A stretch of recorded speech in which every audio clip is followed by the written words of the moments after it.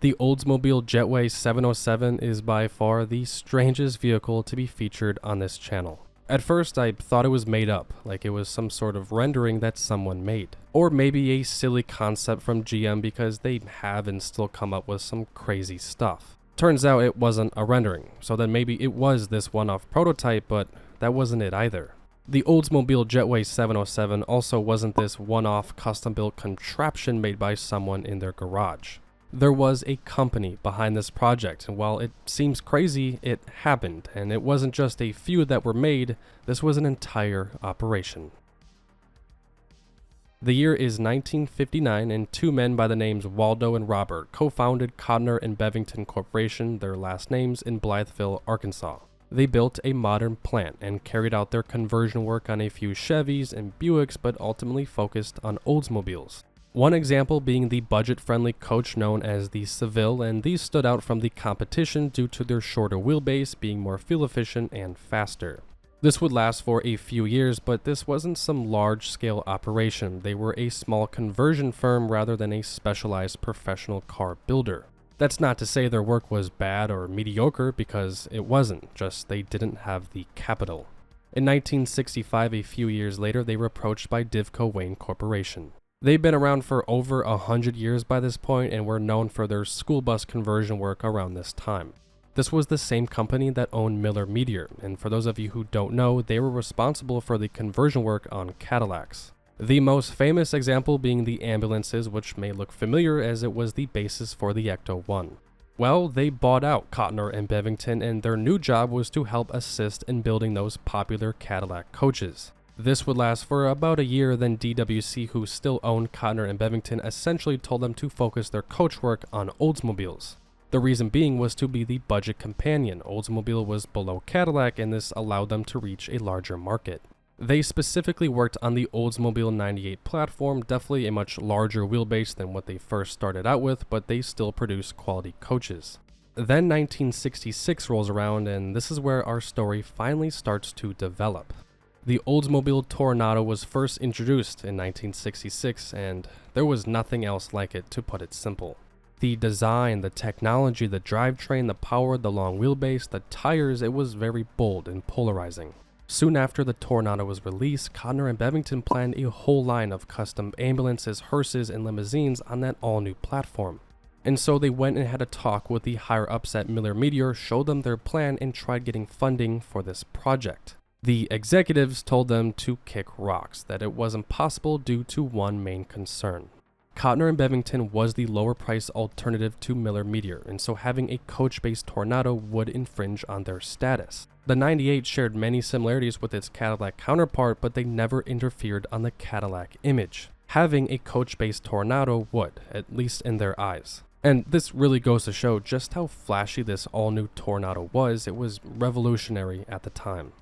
Waldo and Robert ran the Blytheville plant, however, they were basically just stakeholders at this point and didn't have a say, they didn't have authority. So they took matters into their own hands, sold their stock, and opened their own independent firm.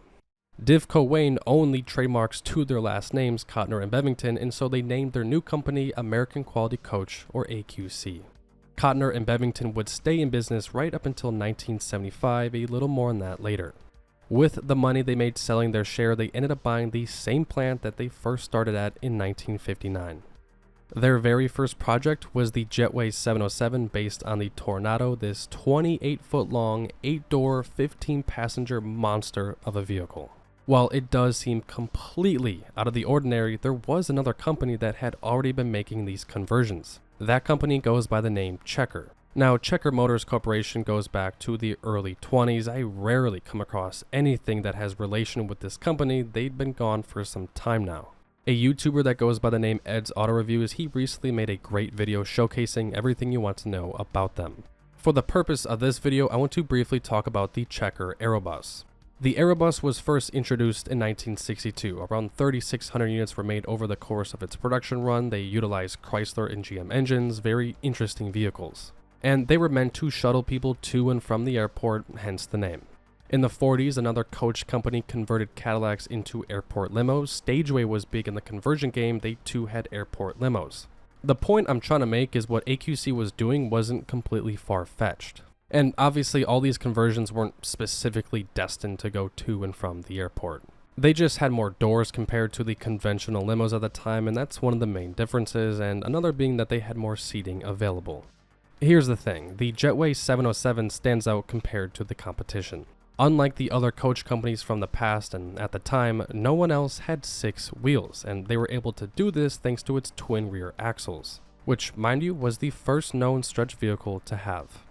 The Jetway 707 was 28 feet long and rode on a 185-inch wheelbase. The Toronado had a 119-inch wheelbase. There was a total of 9 doors if you include the hatch, and it sat 12 to 15 people depending on the order from the buyer. This is where the name comes into play. The 707 moniker was a nod to the Boeing 707, and keeping with the airplane theme, passengers each sat on individual bucket seats. Moving to the rear of the Jetway, AQC claimed they had 100 square feet of storage space in the trunk. I found out from personal experience of people who've actually rode in these, they claim that there wasn't enough space. Looking at traditional limousines from the time, say the Fleetwood Series 75 for example, the Jetway doesn't match the aesthetic, but that's the point. Robert and Waldo didn't like the idea of it being called a stretch out. One of their ads states it was the only coach specifically designed for this many passengers in individual foam upholstered bucket seats. Going back to the exterior of the Jetway 707, one of my favorite elements incorporated was the raised roof with integrated skylights. I've always liked this trademark seen on the Vista Cruisers, and of course it has functionality to it as well. I couldn't find any information stating how heavy this behemoth was, but to compensate for that weight, they needed something powerful under the hood. From the firewall forward, it's an old Toronado, and so these had that 7.5 liter 455 rocket V8. In terms of power, they made 375 horsepower and 510 pound-feet of torque. The powertrain from Oldsmobile was called the Unitized Power Package, or UPP, and it took 7 years to develop this powertrain. This system was so well built that it was practically unchanged for the mid-70s GMC motorhomes. Also, this front-wheel drive powertrain allowed for a flat floor all the way back, which meant more room and comfort for passengers. I stumbled across this photo on Facebook, and there's a lot to unpack here. The article is titled "The Long and the Short of It in Oldsmobiles." In the back is the Jetway 707, and right next to it is the 159-inch Mini Toro. The Mini Toro was built in 1966, and its purpose was to push cars stuck in snow. Specifically, the cars at the Oldsmobile factory parking lots in Michigan. And this is why I love making these videos, because I come across stuff like this. Well, in addition to that, the article says that the manufacturers hope to build 300 units for 1968. Yeah, that did not happen. They built less than 20% of that in the 3 years the company was around. We have this luxurious, professionally built coach product that was destined for transporting executives, and yet they didn't sell. Information is limited, but total production is estimated to be between 50 and 100 units. And yeah, that is quite the gap, but that's all I could find. On top of that, I have no clue how much AQC was asking for these. I'm betting that they cost a lot of money to make, and so I'm sure they were very expensive. Building the Jetway 707 bankrupted this company. As mentioned above, they were planning on making 300 units for 1968 alone.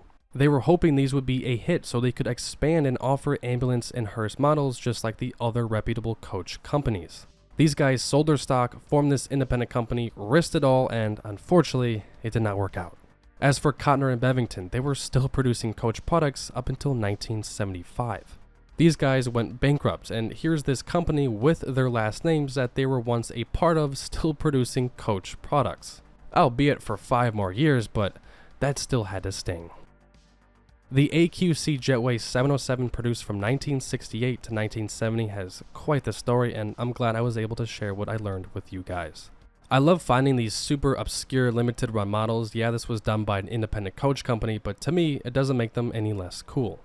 I made a video a few months back on the Cadillac Castilian. If you'd like this video, be sure to check that one out as well.